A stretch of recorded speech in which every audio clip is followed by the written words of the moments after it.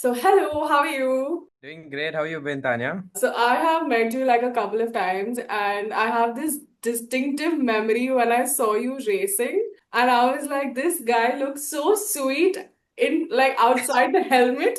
And then when he's on track, he's a completely different personality. Hi guys, my name is Sanya and welcome back to my channel Project Podium. I have Jamie Shaw with me today. You must have seen him making content around Formula 1 on Instagram and a very dear friend of mine as well. And he races karts and also coaches. So that is something very interesting. And we will be talking about all of that throughout the podcast.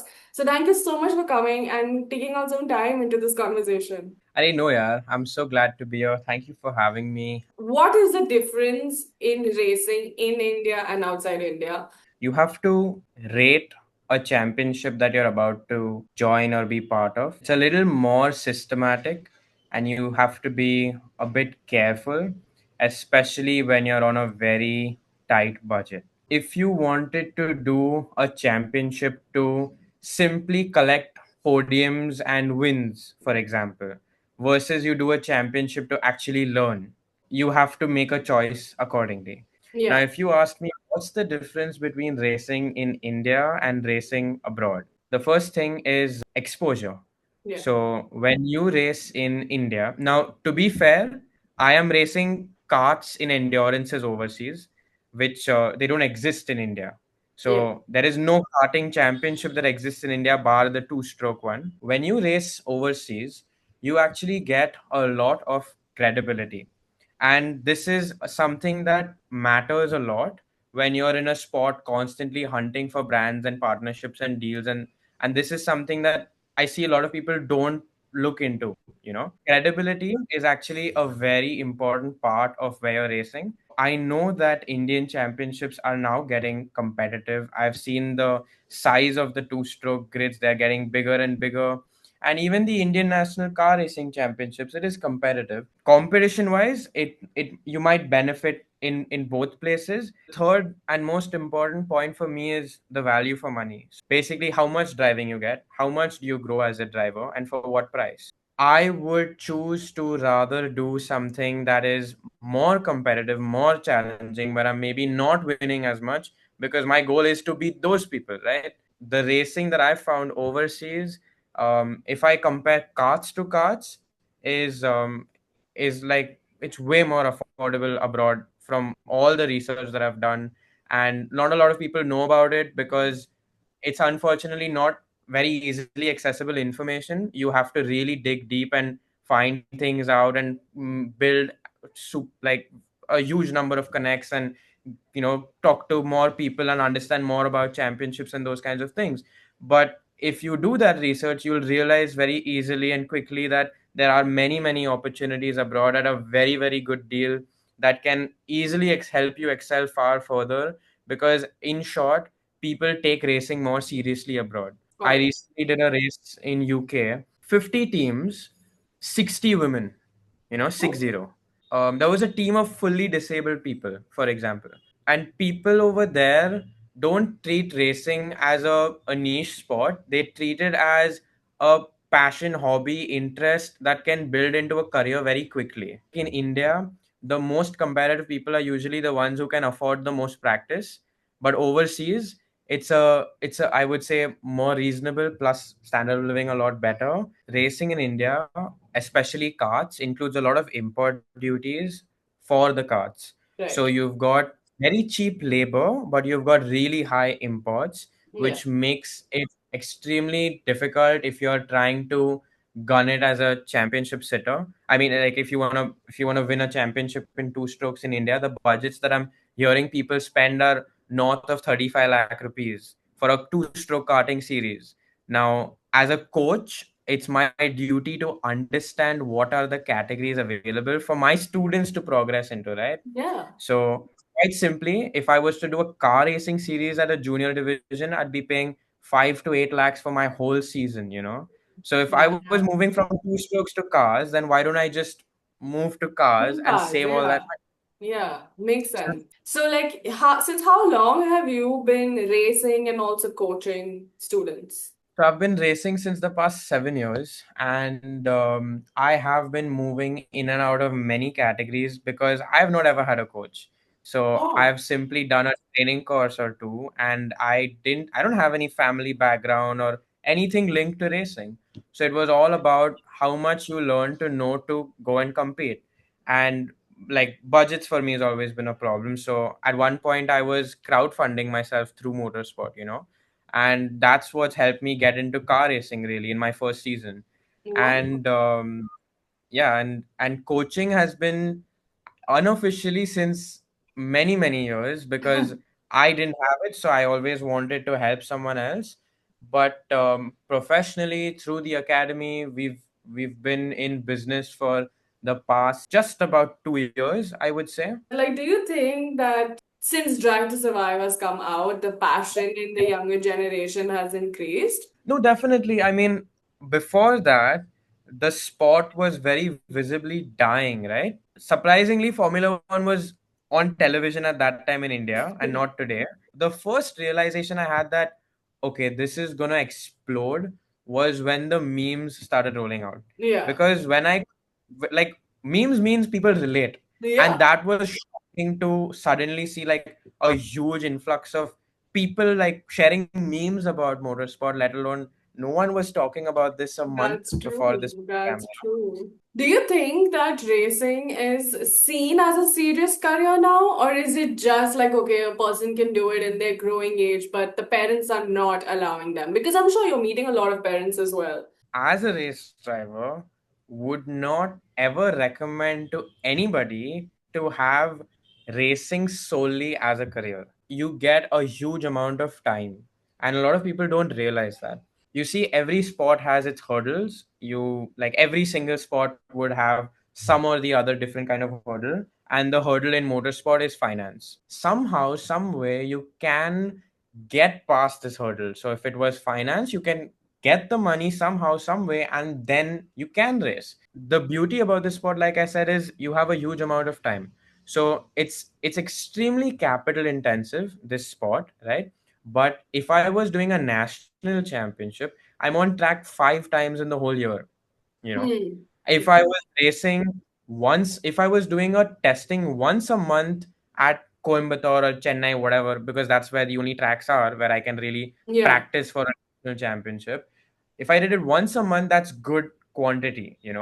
Your whole year is still left, you see. What is 17 weeks? 17 weeks is a few months. Right. But whatever, 75% of your year is left. Yeah. Now, if you're a billionaire son, you can afford to sit at home. Yeah. And if you're a millionaire son, then you have to work your butt off to get further. I was working at a local track cleaning their go-karts, and I was basically managing like a bit of their marketing and their sales, and I was getting like a tiny amount of karting time in return. And that's the practice that I got, and with that I could improve and grow. That's basically how I started. So Wow. it's not that every driver needs like an insane amount of fundings. You just have Yeah. to be a bit smart, find out the loopholes. All the learning I did was online through YouTube. I learned about racing lines and all that through YouTube. I watched a lot of like people drive. That's how I learned, that's how I progressed. It's possible.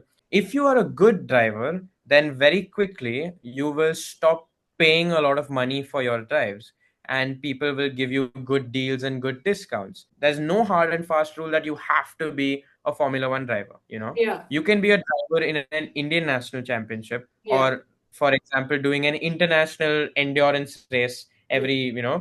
whenever they happen and those kinds of things. And if you're competitive, let's say your expenses are getting cleared and lower, but you're still using your time to work and earn. Yeah. So then you're not broke racing. You're Yeah. not like risking your entire life savings racing, right? Which is Right. stupid when I see people do that. You can have a career in motorsport if you're competitive and willing to work hard enough to spend that money, but you should most definitely have a career running alongside that. It's more about the car or more about the driver. You have to have a car underneath you to be able to win something or get somewhere. A small change was made, but a driver was still able to keep up. He's a good driver, but Yeah. I can't expect to have a chunk of his engine missing and him to continue Of winning course. races, right? Yeah. It's practically not gonna, it's not realistic. You will find drivers who are outperforming cars, which are really, really talented drivers.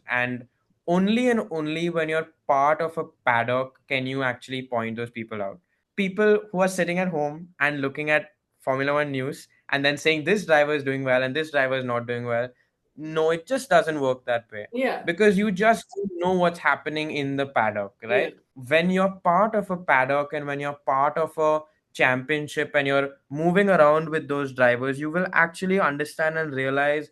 And even then, it's difficult, but you will then start to realize who is outperforming their car, even though they're finishing fifth and sixth and whatever it might be, you know? Yeah. What is the traditional way of getting into racing in India? There are no rules, it's only guidelines. Naren Karthikeyan, who has been India's only Formula One driver, how many years do you think he spent in karts before he transitioned?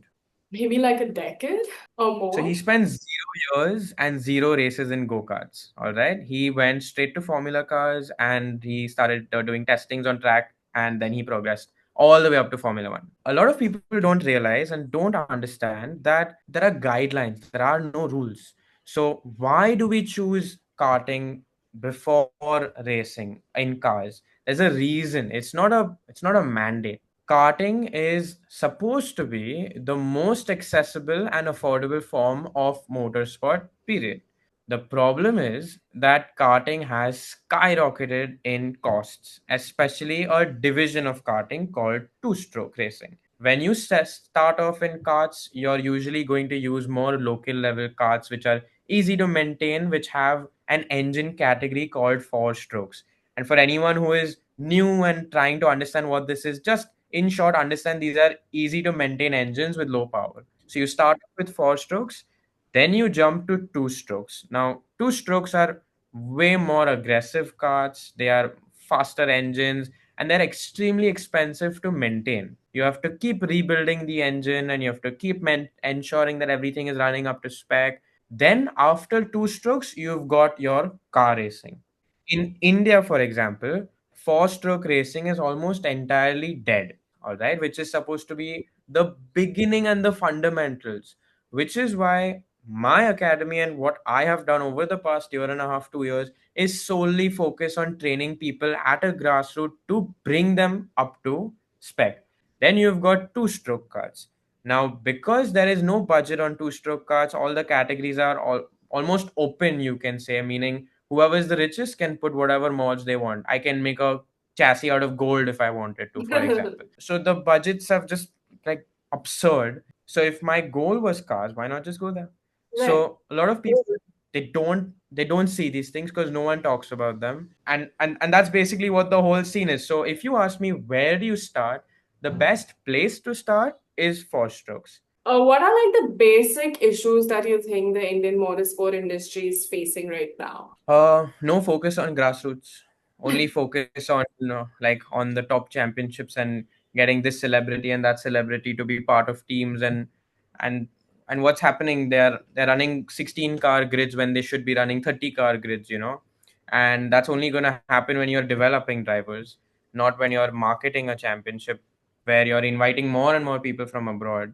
The purpose of this was to help the Indians grow as racers and have a home base instead of traveling all the way to Italy and France for an FI certified championship. We are also very heavily relying on racers from overseas coming here, right? There is enough racing abroad. They don't need to come here. Yeah. So if they just decided to stop one day, then you will have very, very few racers who can afford what you're providing and who don't even know if they have the talent. There's one karting circuit in the whole of India which is a CIK approved circuit, or rather two of them which are CIK approved, and that's it. Everything else is a ground that was made into a local karting track or a parking lot or something of that sort. Yeah. It needs to be a bit more formal. There needs to be something of a system. There's nothing in place, so that's what needs growth. If you could give like an advice to the new generation that's getting into racing, what would an advice be? It's not about being on track, it's what you do off track. Forget new generation, all the racers that are even there today. it's only a handful that I see making any kind of effort off track, right? You might as well start now, where you can develop a nice base for yourself. You can understand about what branding is like, why sponsors will not pay you, and why they would pay you, and what could get them money, and blah blah blah. You, if you're serious about it, then you have to do as much research as you can. Don't just talk to one person and say, okay, this is it. You need to, do as much research as you can, talk to former racers, understand what didn't work out for them, understand how it can work out, what you can look at, what you can aim to do, because it's a team effort. You have a team that looks after you. So before we get to the next segment, which is Formula One, I actually want to talk about your academy because when I was in Pune, I saw so many students wearing short to win, and I was intrigued myself. So I want you to talk about your academy so that if someone is watching and wants to like get in contact with you, it's better if Absolutely. they hear it from you right now. The whole purpose of our academy has been to take someone from absolute grassroots level to the top, which is your national and international level championships. And by God's grace, touchwood today, even in the past just 2 years of working that we've run properly and officially, and only the past 1 year where we are even operational hybrid and not only virtually, we've taken roughly 15 of our own drivers to either international racing or car racing today, which is, it's a good chunk of the drivers that we've Yes. trained so far. And and essentially, if someone is wanting to do this for fun, as a passion, or an adventure thrill, we have a course for you. If you're someone doing this who is wanting to take it up seriously, competitively, I've had a 5.5-year-old as my student. I now have three 4-year-olds as my student, How as cute. my students. So there is scope over there as well. And today, for instance, what we are offering through our racing, so we've now got the academy that's running, and now we've also got our teams. So this October, we're going to be taking three teams from India to Dubai, who are going to be filled with our students representing India in a World Series, and it's a 12-hour endurance race. And now, this what we are offering to our students, where basically you do a testing in cars or testing in two strokes in India. Your whole trip of 2 days over there, you're driving, you're eating, you're on your flights, and blah blah blah. It'll come to about a lakh of rupees, just the testing. All right, even in cars or two strokes, whatever it is. So our whole Dubai trip for 5 days, your flights, your stay, your 2 days of full practice in Dubai, everything put together, we are charging 2 lakhs at the moment. Wow. So we're really doing our best to make it as affordable, and this is not cheaping out anywhere. We have a proper pit crew, we have everything. We're putting them up in 4-star hotels right beside the track and all those kinds of things.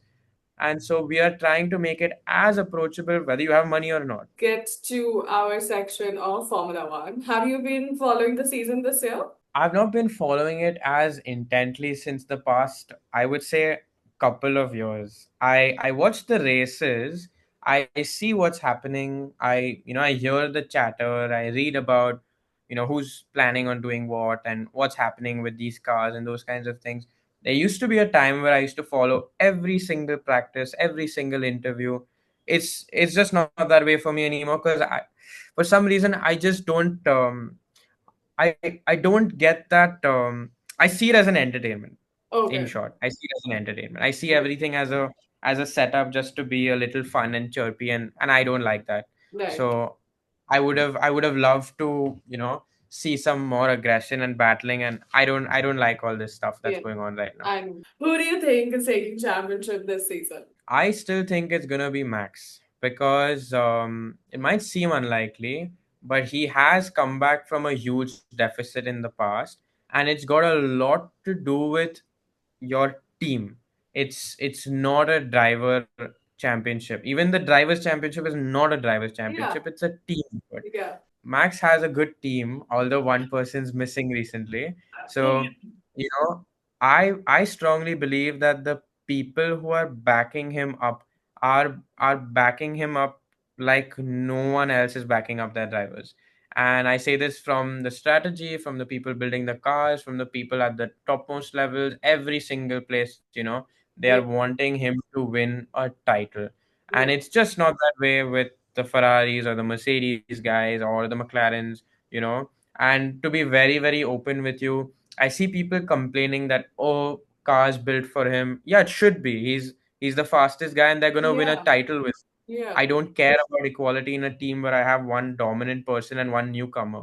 I'm Sure. gonna build something for that dominant guy. I'm gonna be developing the newcomer, and I want my dominant driver to win a title for me. Yeah. That's Sure. what's paying me.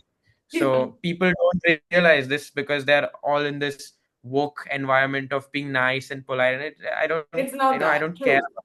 Yeah. So I see the McLarens fight outright, and I just see them both losing it because of that. One touch here, 25 points gone.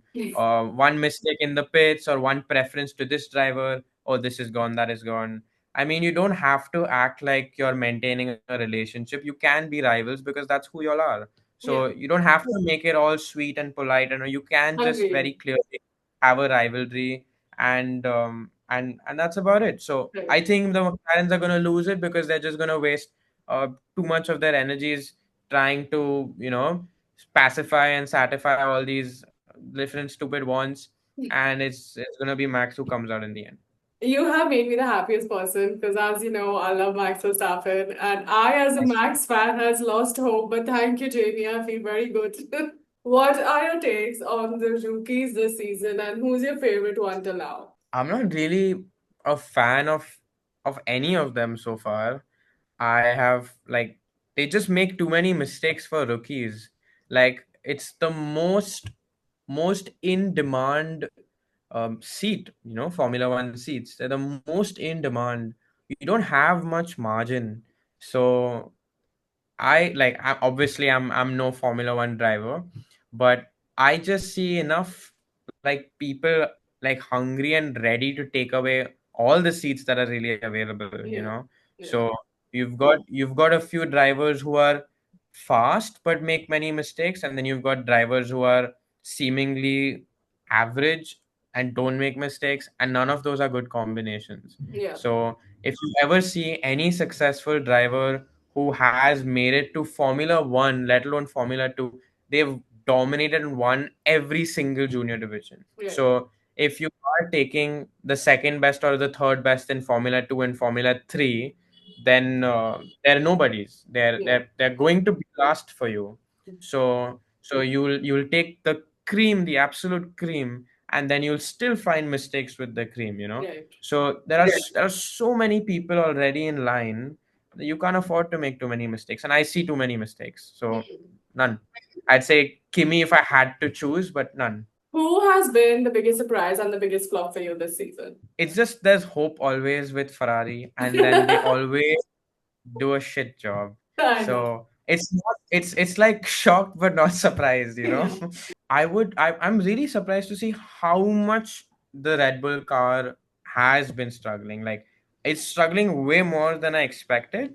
The second drivers, they're not bad. They're really good quality, top-notch drivers. They're none of them are bad in any way, but It's the like car. to see them struggle that much, like crazy to imagine. Like it's Yeah. crazy to imagine. I know a lot of people are like, oh, so Perez was an amazing driver. Yeah, but Perez is not driving this year's car either, right? Yeah. So maybe at that time it was not as challenging. Maybe it is more challenging this Yeah. year. So like I'm saying, if you're not part of a paddock, just don't comment that much. You enjoy the sport.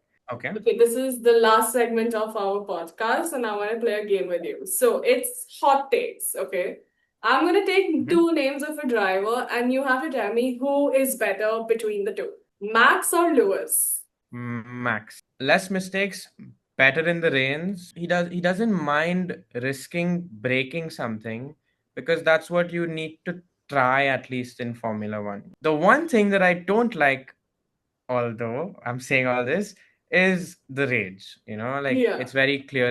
And the rage is something that like if something doesn't go your way, rage. yeah, That's not yeah, the most ideal. yeah, But yeah, I would have still picked Max. I feel like his way and ability to cope or learn very, very quickly. Yeah. You know, like many different difficult situations. I think I've found that to be appealing because I've seen races where Lewis has something that's not in his favor, and I've seen races where Max has not had something in his favor, and like let's say things broken on their cars and those kinds of things. But I've always found in those kinds of races where Max is kind of still pushing it and he gets somewhere, you know. Lewis might be a people's pleaser, but I would Max. I'd Max. say Max. Okay. Also, just to keep in mind, I'm not a Max fan. I'm not a Max fan. I'm not even a Lewis fan. I'm not a Max fan. But I would have picked Max. So you're a Who fan. I'm a Fernando Alonso fan. My next question is Fernando Alonso versus Sebastian Vettel. Fernando Alonso, 110%. 110%. I mean, the man has done Formula One and Rally and WEC the same year, and he's won everything. He's not been losing anything unless his car breaks down. He's winning. You Yeah, know, one of the world's finest drivers, Fernando is Alonso. Fernando Alonso. Carlos Sainz or Charles Leclerc? I probably get a lot of like shade for this, but one is slow and one is fast, but makes too many mistakes. So and I'll not say who is who. So so I'm just gonna quietly pick Leclerc. Oh, very smart. Yeah, Oscar Orlando. I choose Oscar. Yeah. Oh my So God, me too. I don't know. Like, I am such an Oscar fan. I really like him. I just like his personality better. He's Yeah. quiet, Yeah. job, and less complaints. You know, Yeah. so that's about it. I mean, pace. A lot of people again don't realize that there are just some grids, some tracks where you get like one issue in your setup wrong, and things just don't work out for you. Like nobody in their right mind would say that Lewis is a P8 or P10 driver compared to all the drivers on the grid, right? We'd all know that he's world championship material, but you get one thing wrong and one thing right, and then you're not quick enough. So Yeah. I see a lot of comparing these two, but to be very frank, there's just a lot that people don't understand and people don't know, including me. So it's best not to compare. And I'm just choosing Oscar simply based on personality at this point. Personality. But thank you so much for coming and taking out time and having this chat with me. I have learned a lot myself, and I hope that I can someday kart alongside you because I am also trying my best. And yeah, thank you, man. Thank you so much. I'm so glad to be here and thank you for having me. Of course, of course. And thank you so much for everyone for watching this video. Please don't forget to like, share, and subscribe, and we will see you very, very soon.